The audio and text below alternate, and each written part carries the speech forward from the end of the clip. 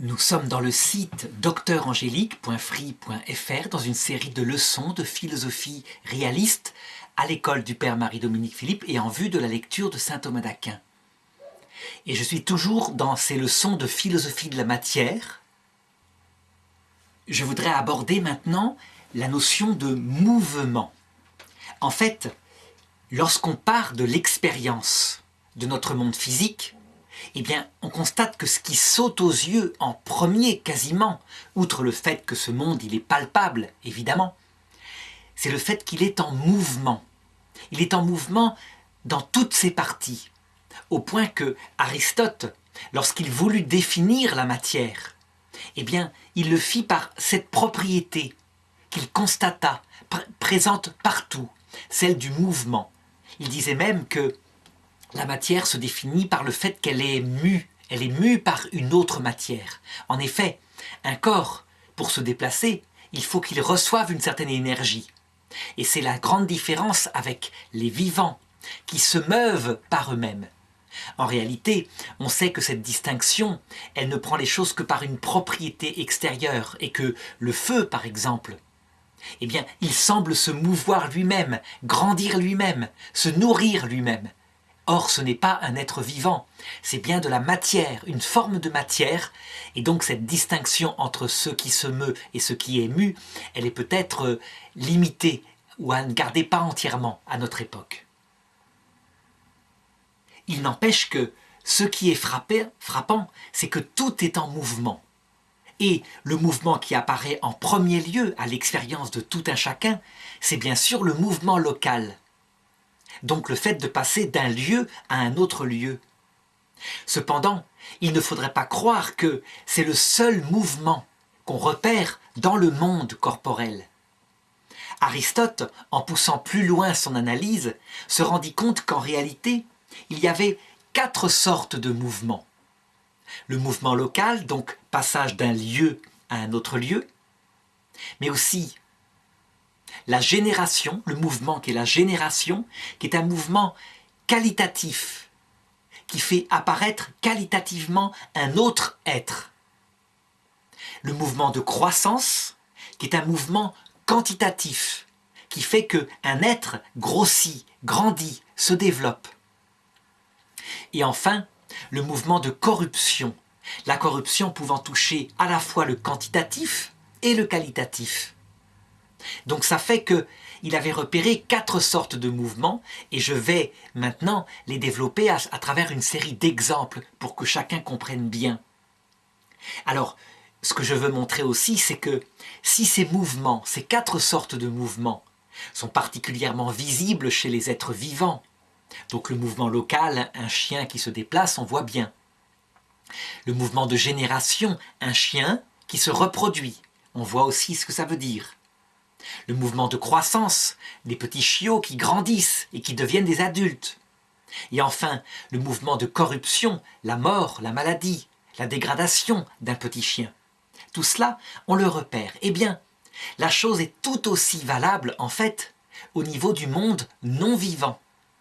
Et ceci est valable, je dirais, à tous les niveaux d'observation de ce monde. Ça veut dire que ce n'est pas valable seulement à notre niveau, à nous, les 5 sens, tels que Aristote le développait. C'est valable aussi bien dans l'immensément petit que dans l'immensément grand.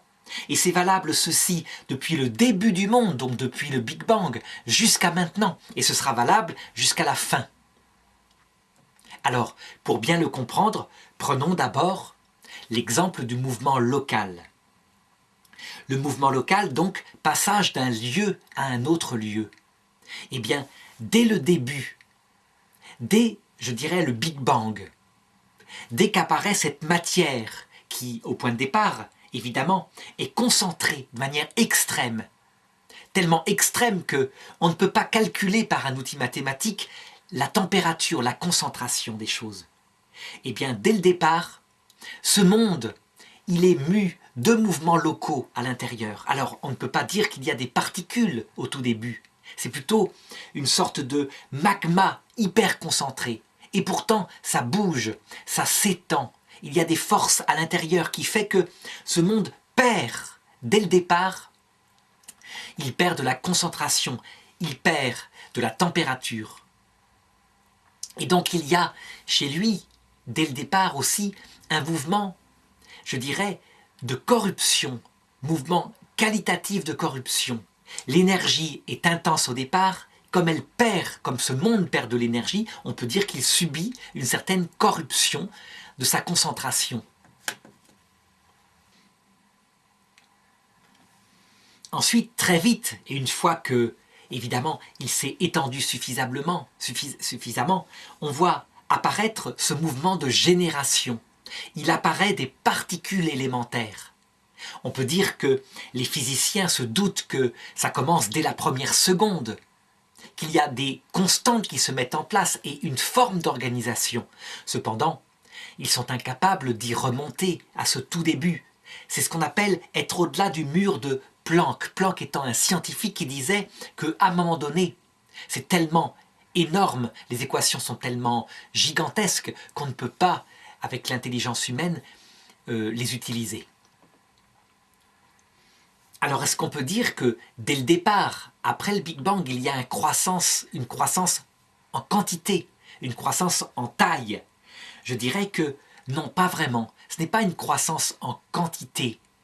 Je dirais que l'univers, toute l'énergie qui le constitue dès son apparition est là et qu'elle ne fait que s'étendre. Ça veut dire que l'univers entre en extension. Il occupe un lieu de plus en plus grand. C'est vrai.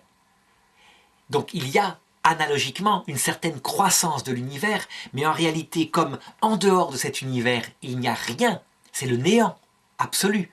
Donc c'est une façon de parler. En vérité, il faudrait mieux dire que il perd de la concentration, sa matière reste quantitativement la même, et donc forcément, il prend plus d'espace. Alors, à l'heure actuelle, les 4 mouvements que décrivait Aristote ont été repérés partout. Le mouvement local, par exemple, il est présent aussi bien dans l'immensément grand, donc par exemple, les galaxies, entre elles, s'éloignent à grande vitesse. Et je dirais que par rapport à notre galaxie, plus les galaxies paraissent éloignées, et plus leur mouvement d'éloignement est rapide. Ce mouvement local est évidemment valable à notre niveau d'observation. Donc comme je le disais tout à l'heure, un homme qui se déplace par un autre, ma main qui bouge, ça c'est du mouvement local. Mais c'est aussi valable au niveau de l'immensément petit, mais toujours pareil, de manière analogique. Ça veut dire que dans le domaine des particules élémentaires qui composent l'immensément petit, un scientifique qui avait développé cette chose-là s'était rendu compte qu'on ne pouvait pas en même temps connaître la vitesse de déplacement d'une particule et en même temps son lieu. Parce que, en réalité, cette particule n'était pas véritablement une particule. Elle pouvait être aussi regardée sous forme d'une quantité d'énergie, d'une forme d'onde. Et donc, il y a bien mouvement dans l'immensément petit. Mais ce n'est pas le mouvement comme on imagine ma main qui se déplace. C'est quelque chose d'autre, un autre niveau d'observation, un autre niveau de réalité, qui d'ailleurs, à notre niveau d'observation à nous, se repère déjà par ce qu'on pourrait appeler le mouvement d'une onde comme la lumière. C'est spécial, une onde comme la lumière, parce que il y a un déplacement de particules, c'est vrai, local, ce sont des photons, mais le problème c'est que ces particules ont une vitesse absolument unique, non variable, qu'on appelle par la constante c, 300 000 km par seconde environ. Et on pourrait imaginer que si nous nous déplaçons dans une fusée qui va à 200 000 km par seconde, nous devrions finir par rattraper notre propre lumière. Non, ce n'est pas comme cela. La lumière, quelle que soit la vitesse de l'observateur, eh bien devant lui, elle se déplace à 300 000 km par seconde et derrière lui, elle se déplace à 300 000 km par seconde. De plus, observez à partir de quelqu'un qui est resté sur Terre, cette fusée en accélération jamais ne dépassera la vitesse de la lumière. Donc le mouvement local, il est bien là, mais avec des propriétés étonnantes. qui font que, en fait, Albert Einstein, grâce à cela, en étudiant cela, se rendit compte que l'espace lui-même, le temps lui-même, se rétractait, que c'était quelque chose de variable en fonction de la vitesse et que chaque corps, en fonction de sa vitesse, était dans son propre espace-temps. Ce qui veut dire concrètement que cette fusée qui accélère, qui fait un voyage autour de l'univers, qui revient vers moi, eh bien, elle aurait voyagé, mettons, 10 ans, mais moi, sur Terre, j'aurais peut-être vieilli de 1000 ans. Tout dépend de la vitesse relative de ces deux systèmes d'espace-temps. Alors, le deuxième mouvement, le mouvement de génération, eh bien, lui aussi, il est valable à tous les niveaux d'observation. La génération, je le rappelle, c'est quand il apparaît un corps d'une nouvelle nature. Donc on pourrait dire qu'il y a un nouvel acte d'être. À notre niveau d'observation, par exemple, si je prends de l'hydrogène, si je prends de l'oxygène, si je les mélange d'une façon ou d'une autre avec une réaction chimique, j'obtiens, par génération, un nouveau corps d'une nature nouvelle, différente, qui s'appelle l'eau. H2O, deux atomes d'hydrogène, un atome d'oxygène, qui sont ensemble, je dirais, unis par des valences, donc des forces qui les unissent. Eh bien, il y a eu véritablement génération. L'eau a des qualités, a des propriétés radicalement différentes qui ne sont pas la somme des propriétés de l'hydrogène d'un côté et de l'oxygène de l'autre. Ce mouvement de génération, il est aussi valable au niveau de l'immensément grand. Par exemple, il y a partout dans les galaxies des nuages de gaz, d'hydrogène, qui sont là et qui sont invisibles parce qu'ils sont noirs. Et il arrive tout d'un coup, parce que ça atteint un niveau de concentration assez fort, parce que, je dirais, par exemple, un quasar a provoqué une réaction véritablement sur ce nuage de gaz, que tout d'un coup ce nuage s'allume, que des réactions nucléaires démarrent et qu'il apparaît une nouvelle étoile. Cette étoile, quand elle se met à briller, tout d'un coup, elle apparaît à nos sens, enfin du moins le temps que sa lumière met à nous parvenir. Mais il y a eu comme un mouvement de génération. Au départ, on a un nuage de gaz dispersé, qui par gravitation se concentre peu à peu, qui obtient une masse critique, donc il y a aussi un mouvement de croissance de ce nuage de gaz, et tout d'un coup, il s'allume, il forme un corps unifié, nouveau, avec des réactions de fusion nucléaire. C'est une forme de génération. Même chose au niveau des planètes. Les planètes apparaissent par génération. Qu'est-ce qui se passe? Eh bien, autour d'une étoile, il y a des déchets qui tournent en orbite. Des déchets qui ne sont pas concentrés dans cette étoile-là. Et si un déchet particulièrement plus gros que les autres a la capacité d'attirer, d'agréger à lui d'autres particules, d'autres cailloux qui tournent sur la même orbite, eh bien peu à peu, ce déchet va grossir. Et à un moment donné, il atteint une taille critique qui fait qu'il attire tous les corps qui sont sur son orbite. Donc ça se précipite à grande vitesse, ça rentre en fusion et ça forme ce qu'on appelle une planète. La planète, si elle a une forme ronde, globalement, c'est parce que, au départ, elle est d'une très haute température, donc elle n'est pas un corps dur, elle est plutôt de type liquide, une sorte de magma.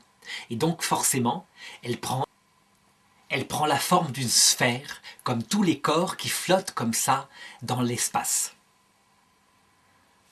Il y a aussi de la génération au niveau, je dirais, moléculaire. J'en ai parlé tout à l'heure avec la molécule d'eau. Mais il y a de la génération au niveau atomique, qui est un niveau plus petit que les molécules. L'atome, je le rappelle, c'est une particule élémentaire qui va s'agréger pour former des molécules, les molécules étant un assemblage d'atomes. Comment est-ce que sont nés les atomes que la classification de Mendeleïev manifeste, qui sont d'une très grande variété? Eh bien, ils sont nés par génération. Dans les étoiles, on peut dire que l'étoile, c'est un peu une matrice, un ventre maternel, qui fait naître peu à peu des atomes de plus en plus lourds, qui ont des qualités radicalement nouvelles. L'hydrogène, qui au départ compose une étoile nouvelle, l'hydrogène va s'agréger par fusion pour donner des atomes plus lourds qu'on appelle l'hélium. Et cette réaction atomique provoque une perte d'énergie énorme. Ça veut dire que l'hélium étant moins lourd que deux atomes d'hydrogène réunis, eh bien la masse qui a disparu s'est transformée dans le rayonnement des étoiles. L'hélium, c'est véritablement un corps d'une nature radicalement nouvelle que l'hydrogène, avec de nouvelles propriétés. Et de même, l'hélium, fusionnant avec d'autres atomes, donne petit à petit d'autres molécules, d'autres atomes, le carbone, etc. L'étoile, lorsqu'elle explose, elle disperse ce qu'elle a façonné, tous ces atomes, elle les disperse par explosion. Et ça explique comment est-ce que notre Terre contient tellement de sortes d'atomes lourds en elle. Tout ça, c'est une histoire de soleils qui ont existé, qui ont explosé, et puis d'autres soleils qui sont apparus au cours des milliards d'années qu'a notre univers. Est-ce qu'il y a génération aussi au niveau de ce qui est plus petit que les atomes, ce qui compose les atomes, qu'on appelle les quarks? Réponse oui, mais là, on entre dans un domaine de recherche qui est beaucoup plus compliqué pour la science moderne, parce que l'apparition de ces particules qui composent les particules, et qui elles-mêmes peut-être sont composées de sous-particules, et cela, jusqu'à quand, j'en sais rien. Eh bien, ça s'est produit, je dirais, dans les premières secondes de l'univers. Ça veut dire que la première seconde de l'univers, après le Big Bang, c'est tout un monde qui se met en place. Ça dure en temps objectif, cosmique, une seconde. Mais en réalité, qualitativement, il y a une génération extraordinaire de quantité de choses. Le monde se met en place avec toute une série de constantes qui organisent cette matière intelligemment. Ces constantes, elles ont un rapport forcément avec la matière. Elles sont peut-être faites de particules elles-mêmes. On ne sait pas ce qu'elles sont, mais en tout cas, c'est à la base, aux premiers instants de cet univers, que se met en place ce qui va pouvoir donner le monde tel qu'on le connaît actuellement. Alors, troisième mouvement que je voudrais étudier, c'est le mouvement de croissance. C'est un mouvement quantitatif. Alors, le mouvement de croissance, on peut le distinguer en deux. Il y a d'abord la croissance qu'on pourrait qualifier de croissance selon la quantité discrète, c'est-à-dire selon le nombre. On devient de plus en plus nombreux. Est-ce qu'on peut dire que, par exemple, au niveau atomique, il y a eu croissance en quantité d'atomes qui sont apparus dans l'univers? La réponse est oui. Il y a eu augmentation de leur quantité. Si on prenait le monde tel qu'il était il y a 13 milliards d'années, on trouverait très très peu d'atomes d'or. Parce que les atomes d'or, comme je le disais, ont été conçus dans la matrice que sont les étoiles. Au départ, c'est de l'hydrogène principalement qui compose l'univers. Il y a maintenant beaucoup plus d'atomes d'or, de carbone, etc. Il y a eu donc croissance en nombre parce qu'il y a eu toute une histoire du monde, toute une histoire de la génération. Donc on peut dire que cette croissance-là, elle se rapporte un petit peu à la distinction précédente. Et puis, il y a une croissance du côté de la quantité continue. Ça veut dire de la taille des objets. Par exemple, lorsque j'étais petit, j'étais moins gros que maintenant. Je suis plus gros maintenant. Est-ce que la croissance, selon la taille, donc ce qu'on appelle la quantité continue, est-ce qu'elle est partout présente dans l'univers? Eh bien, je répondrai non. Il y a des corps qui ont, dans leur perfection, leur quantité. Et cette quantité ne peut pas être plus ou moins.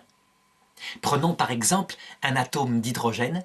Eh bien, un atome d'hydrogène, c'est un atome d'hydrogène. Alors certes, il y a de l'hydrogène lourd, avec des neutrons en plus. Il y a de l'hydrogène léger. Mais, en réalité, on ne peut pas vraiment parler de croissance. C'est autre chose. La croissance en quantité, elle vient plutôt sur les corps qui impliquent plusieurs particules élémentaires. Donc pour prendre une analogie au niveau de la vie, Une bactérie, par nature, c'est une cellule individuelle. C'est un vivant qui est parfait avec une seule cellule. Et donc, une bactérie n'a pas de croissance. Par contre, elle a de la reproduction, elle se multiplie. Au contraire, si je prends un vivant qui est composé de plusieurs cellules, comme par exemple un ver, eh bien, au départ, lorsqu'il est tout petit, lorsqu'il vient d'apparaître, il a une cellule. Et puis 2, et puis 3, et puis 4. Et c'est la même chose pour l'être humain. Au départ, nous sommes une seule cellule, c'est l'ovule fécondé. Et puis, ça se multiplie, il y a croissance. Et bien de la même façon, la croissance en quantité continue n'existe qu'à un certain niveau du monde. Ce niveau n'est donc pas au niveau des atomes. Un atome a donc sa quantité unique qui est constante. Ce n'est pas non plus, je pense, au niveau des molécules. Une molécule, comme par exemple de l'eau, H2O, elle a aussi sa quantité. On ne peut pas dire qu'une molécule d'eau est plus grosse qu'une autre. Non, c'est vraiment quelque chose de stable. Alors peut-être que si on appelle molécule, si on appelle molécule quelque chose comme un cristal, mais les scientifiques ne seraient pas d'accord. C'est un agencement qui est différent. Là, on peut repérer déjà une croissance. Par exemple, le diamant, qui est un assemblage selon un ordre particulier d'atomes de carbone, eh bien, le diamant, il grandit dans le monde géologique. Il grandit, il est façonné donc dans les profondeurs de la Terre sous des quantités de pression énormes et de température. Et il y a une agrégation qui se fait peu à peu. On voit d'ailleurs aussi des cristaux qui sont moins durs que le diamant et qui grandissent peu à peu dans des espèces de boules de roches qu'on appelle des géodes. Donc il y a là le premier analogué de la croissance en quantité continue. Mais je dirais évidemment que là où la croissance va être partout présente, c'est à notre niveau d'observation à nous. Là, il y a véritablement possibilité d'agrégation d'atomes et de molécules. Par exemple, lorsque l'homme fabrique un barrage sur une rivière, ou lorsque le castor le fait, eh bien, on voit peu à peu l'eau qui grandit, qui augmente en quantité, et le bassin qui est ainsi créé, qui se remplit. C'est un phénomène de croissance que l'on peut observer. Il y a d'autres phénomènes de croissance que par contre on n'observe pas parce qu'ils sont trop lents, mais que on peut comprendre, à savoir, par exemple, la croissance des montagnes, qui est en fait, je dirais, au niveau de la rencontre de deux plaques qui constituent la Terre et qui flottent librement un petit peu comme sur une soupe. Quand ces deux plaques se rencontrent, qu'elles se butent les unes contre les autres, eh bien, au niveau du lieu de la rencontre, il apparaît un pli, et ce pli peut former les montagnes comme l'Himalaya. Ces montagnes, elles ne cessent d'être en formation actuellement. Eh bien, c'est un phénomène de croissance. Alors évidemment, la croissance au sens fort, celle que on repère le plus simplement, c'est au niveau de notre vie. La croissance d'un enfant, c'est donc bien un être identifiable, individué, et il grandit. Un peu comme un diamant tout petit, qui grandirait, qui accumulerait du carbone autour de lui et qui deviendrait de plus en plus gros. Il y a bien, au départ, un être individuel qui prend de la quantité. La croissance se situe au niveau aussi de l'immensément grand. Donc je l'indiquais tout à l'heure, au niveau des astres par exemple. On voit bien que les soleils apparaissent par un phénomène de croissance. La gravitation provoque l'accrétion de nuages de gaz qui, à un moment donné, étant suffisamment gros, étant suffisamment lourds, étant suffisamment concentrés, provoquent la naissance de la réaction nucléaire. Même chose pour la croissance d'une planète. Une planète comme la Terre au départ, c'est peut-être une roche qui, un peu plus grosse que les autres, a attiré une autre, puis une autre, puis une autre. Et à un moment donné, elle a atteint sa taille critique, la taille telle qu'elle est maintenant. Donc ça se fait peu à peu. par accrétion et toujours sous l'influence d'une force qui s'appelle la gravitation. Il y a au niveau de l'univers entier de la croissance possible. L'univers, c'est donc une explosion. Et à un moment donné, il y a de l'hydrogène.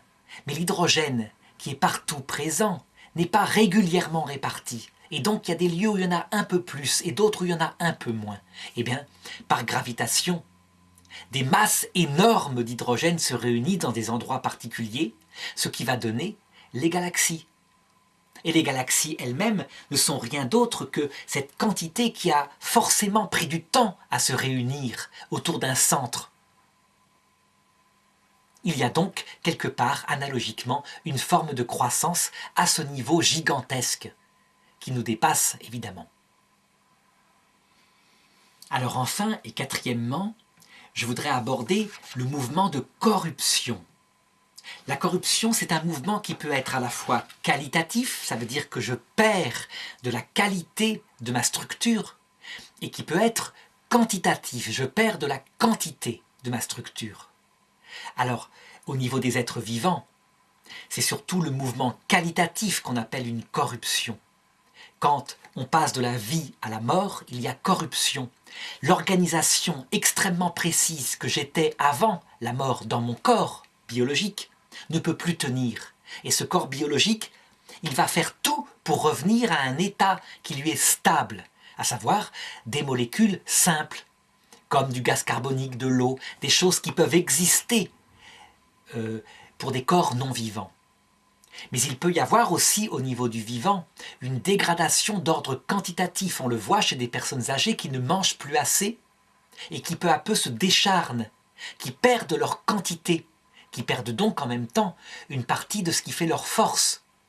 À un moment donné, la peau devient comme flasque parce qu'elle a entouré un corps qui était beaucoup plus charnu, avec de la graisse, et puis il a comme fondu. Donc il y a bien une forme de corruption d'ordre quantitatif. Eh bien, ce que je constate par analogie au niveau du vivant, on peut le constater aussi au niveau du monde non vivant, au niveau de la matière telle que je l'étudie maintenant. Je dirais que ce mouvement de corruption, cette loi de corruption, c'est quelque chose qu'il faudra étudier dans une leçon particulière par lui-même, parce que, en fait, dès que l'univers apparaît, à l'instant même où le Big Bang a eu lieu, c'est la théorie la plus valable pour expliquer le début de l'univers, eh bien, il entre dans cette loi fondamentale de corruption. On peut dire par là que, en fait, son extension, sa perte de concentration, le fait qu'il perde de la température et de la pression, c'est une forme de corruption universelle qui est présente dans l'univers jusqu'à maintenant. Maintenant, notre univers continue de s'étendre. Et en fait, en réalité, c'est un mouvement de corruption. Il perd de l'ordre, il perd de la détermination. Ça n'empêche pas qu'à d'autres niveaux d'organisation, comme par exemple les étoiles ici ou là, ou même notre Terre, il peut y avoir de l'organisation. Donc un mouvement qualitatif, je dirais, tel que je l'avais étudié précédemment. Génération et croissance. Mais, dans son ordre général, l'univers est pris par un mouvement universel de dégradation. On peut donc dire que dans quelques milliards d'années, cet univers sera l'état, je dirais, de quelque chose de complètement dispersé, de complètement mort.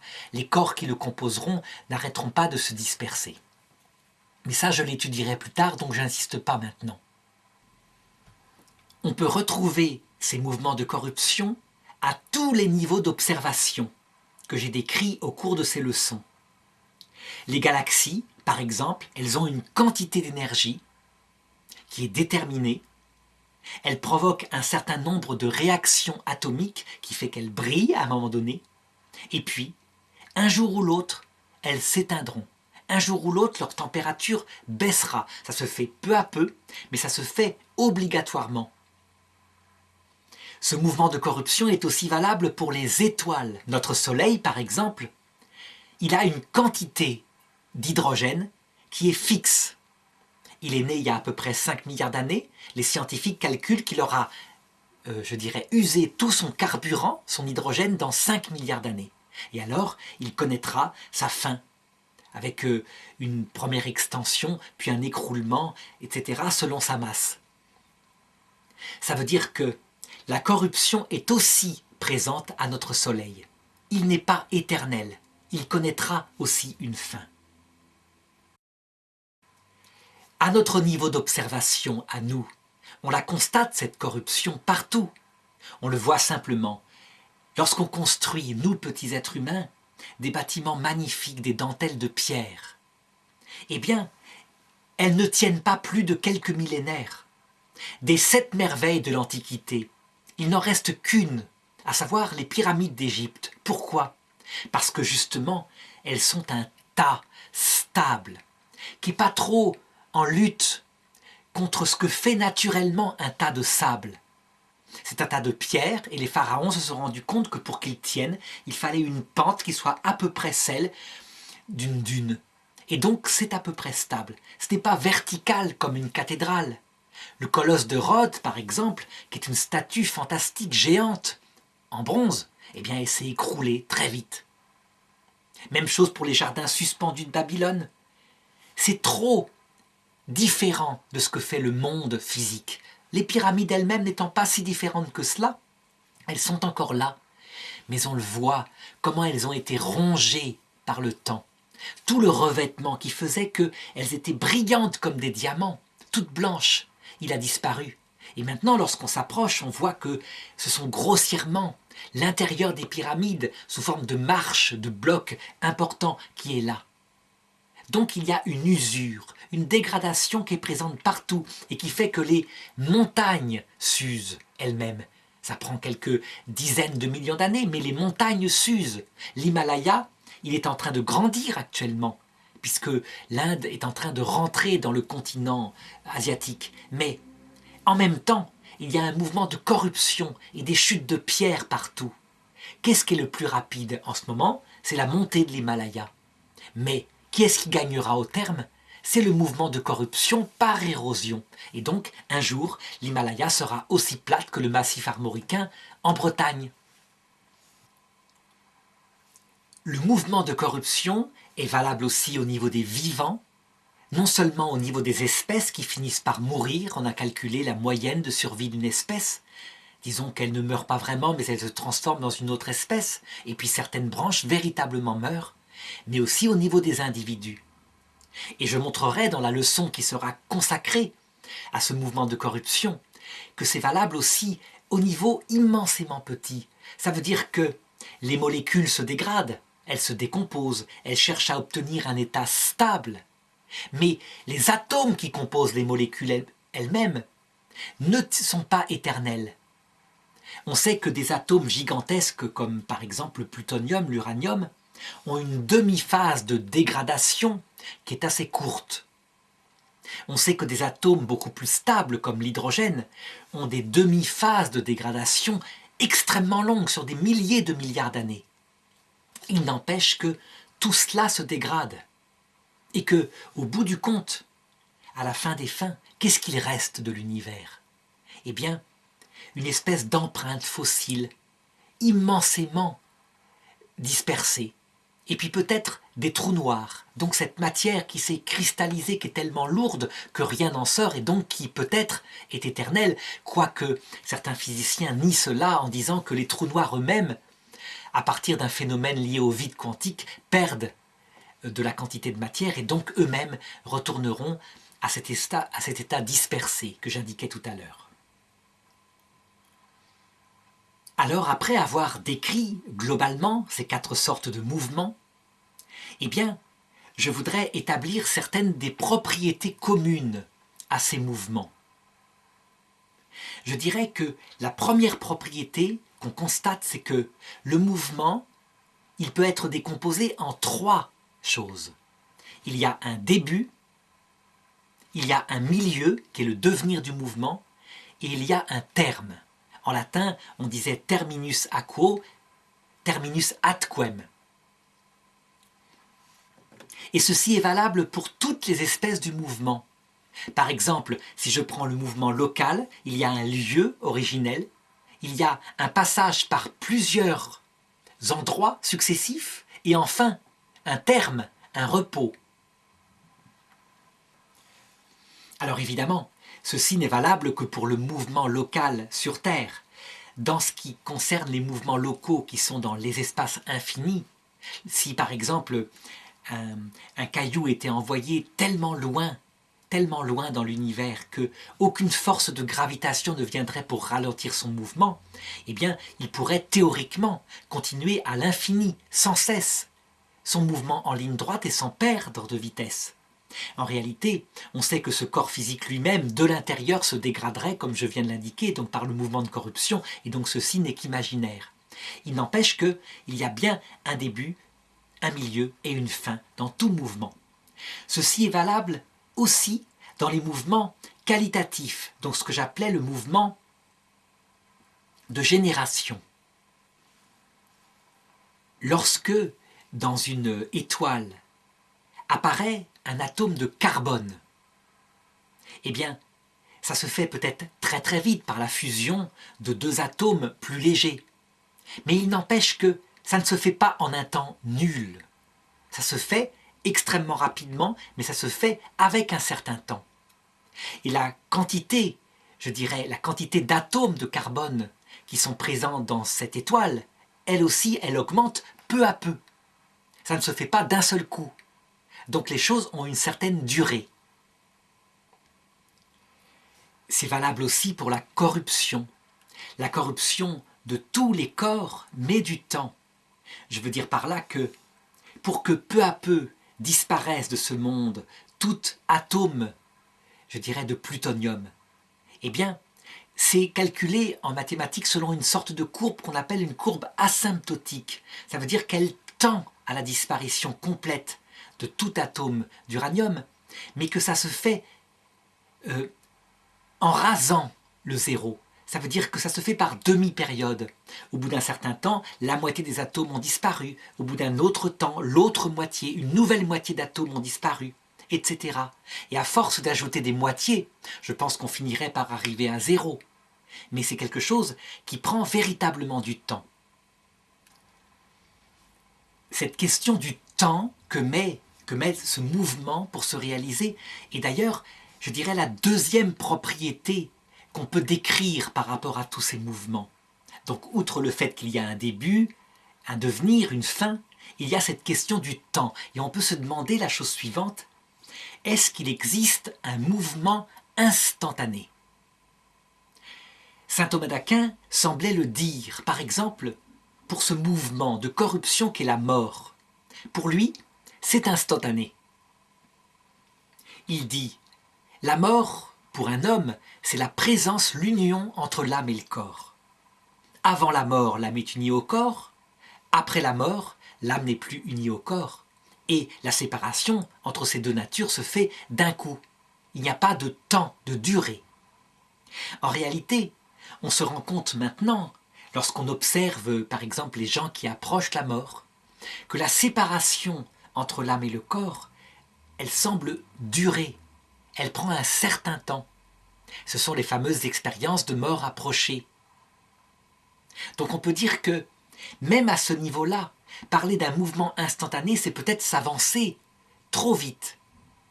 Alors on pourrait prendre l'exemple de la disparition d'un atome radioactif. Par exemple, un atome d'uranium qui se briserait en deux atomes, et donc, qualitativement, on peut dire que cet atome d'uranium a disparu. Est-ce que ça se fait instantanément ? Oui, on pourra le dire, du moins à notre niveau d'observation. Cependant, si on pouvait observer cette dégradation en train de se faire, on verrait que si ça se fait extrêmement rapidement par rapport à notre temps à nous, ce n'est jamais instantané. Il y a quelque chose qui se passe, une forme d'explosion. Je dirais pour ma part que l'existence d'un mouvement instantané, c'est quelque chose d'impossible dans le monde de la matière parce que, justement, il y a bien un avant, un pendant, un après. C'est de l'ordre de la quantité, on joue sur de la quantité, il y a des éléments qui se rencontrent et donc même si dans des niveaux d'échelle particulières, ça nous paraît instantané, ça ne l'est jamais. Je dirais que le mouvement instantané, s'il existait, ce serait de l'ordre d'une puissance infinie. Il faut une puissance infinie pour faire par exemple un mouvement local qui serait instantané. Si ma main se déplace d'ici à ici, il y a eu un certain temps entre les deux. Pour que ce mouvement soit instantané, c'est-à-dire qu'il n'y ait pas d'espace de temps entre ici et ici, il faudrait que ma main soit en même temps ici et là, donc dans deux endroits à la fois. Chose absolument impossible pour un mouvement local, à moins d'admettre un miracle, c'est-à-dire quelque chose qui sort complètement de la philosophie. Donc on en parle parfois, paraît-il, pour des saints sur le domaine chrétien, où on parle de bilocation, de choses comme cela. Mais on n'est plus dans le domaine de l'étude philosophique. Donc ce qui est impossible au niveau d'un simple mouvement local est, me semble-t-il, impossible au niveau des trois autres espèces de mouvements. Ça paraît instantané, l'analyse pourra peut-être dire que c'est instantané, mais en réalité, comme il y a des quantités de matière, ça ne se fait pas d'un coup. Le fait que le mouvement n'est pas instantané, l'exemple que j'ai pris de ma main qui parcourt la moitié d'un espace, etc., en un certain temps, pourrait poser une autre question. Est-ce que le mouvement peut avoir une durée infinie ? Ça, c'est un paradoxe qui avait été posé par des mathématiciens. Si je prends l'exemple du mouvement local, je dirais que ma main parcourt en un certain temps la moitié de la distance entre ici et là. Et donc elle met aussi un certain temps pour parcourir la moitié de la distance qui reste, etc. Et donc théoriquement, comme on peut diviser chaque moitié à l'infini, eh bien en mathématiques on pourrait dire que jamais on arrive au terme du mouvement. À chaque fois, on peut diviser l'espace qui reste à parcourir jusqu'au terme du mouvement en une moitié qu'il faut parcourir, etc. De même, pour le mouvement qualitatif de corruption, dont je parlais tout à l'heure avec la courbe asymptotique, donc une courbe qui a une forme un peu comme ça et qui rase l'horizon après, eh bien, on pourrait dire que jamais dans l'univers, les atomes d'or, par exemple, ou les atomes d'uranium n'auront disparu, puisque on calcule la disparition d'un certain nombre d'atomes par radioactivité selon la moitié de la quantité. Une moitié a disparu, et donc après on va calculer combien de temps met à disparaître l'autre moitié qui reste, etc., etc. Et donc en divisant comme cela, on devrait dire qu'il reste toujours une certaine quantité d'atomes. Donc est-ce qu'il y a un mouvement qui serait infini en temps? Eh bien, la réponse dans les deux exemples que je viens de montrer, elle est non, évidemment. Il y a bien un moment donné où ma main, elle arrive à l'endroit où elle devait arriver, donc le temps n'est pas infini. De même, comme il y a une certaine quantité d'atomes d'uranium dans l'univers et qu'ils se dégradent par moitié en temps de période, il y aura bien un moment où ils disparaîtront tous. Là où la courbe asymptotique, où le fait que le mouvement n'est jamais terminé, là où elle est vraie, c'est par rapport à autre chose dans le monde réel. C'est par rapport au fait que jamais la matière qui compose notre univers ne disparaîtra. Ce monde, la matière qui est apparue avec le Big Bang, ne rejoint jamais le néant. Et donc si cet univers est en expansion, qu'il est en expansion perpétuellement, qu'il perd de la température, qu'il perd de la concentration, on peut dire que il ira de plus en plus vers ce qu'on appelle le 0 degré absolu, moins de 173 degrés Celsius. Mais que jamais il l'atteindra, puisque toujours il y a quelque chose qui est. Rien ne retourne au néant. Et donc là, effectivement, la courbe asymptotique, donc un mouvement de dégradation perpétuelle, semble pouvoir s'appliquer. À moins qu'à un moment donné, étant totalement trop dispersé, tout retourne au néant. Mais ça, on ne peut pas le dire. Mais apparemment, non. Ce n'est pas ce que disent les scientifiques actuels. Donc on le voit, ce que je viens de signaler ici manifeste que si les mathématiques sont quelque chose de fantastique pour arriver à comprendre ce monde physique qui fonctionne avec des règles mathématiques, il faut tout de même distinguer le domaine mathématique et ses paradoxes et le domaine de la réalité. Si en mathématiques, on peut diviser à l'infini un lieu, un espace entre deux lieux, ce n'est pas quelque chose qui se passe dans la réalité. Et donc le mouvement, il a véritablement une durée finie. Alors que théoriquement, en mathématiques, on pourrait lui poser une durée infinie. Voilà, j'arrête ici cette leçon sur le mouvement. Et dans la prochaine leçon, j'étudierai certains aspects qui participent au mouvement, comme la notion de lieu, la notion de temps. Il y a évidemment énormément à dire sur ces propriétés qui sont si visibles dans le domaine de la matière, de l'étude de la matière. Et je ne pourrais pas tout aborder en philosophie. Mais c'est le domaine, justement, des sciences modernes que d'aller de plus en plus loin dans la découverte de ces propriétés fantastiques. Et donc, je le rappelle, j'invite chacun à ne pas se contenter de ces leçons de philosophie qui sont quand même, qui supervisent, qui survolent, je dirais plutôt, qui survolent ce domaine, mais d'aller véritablement étudier dans le domaine des sciences cette chose magnifique qu'on appelle la matière et dont notre corps est composé.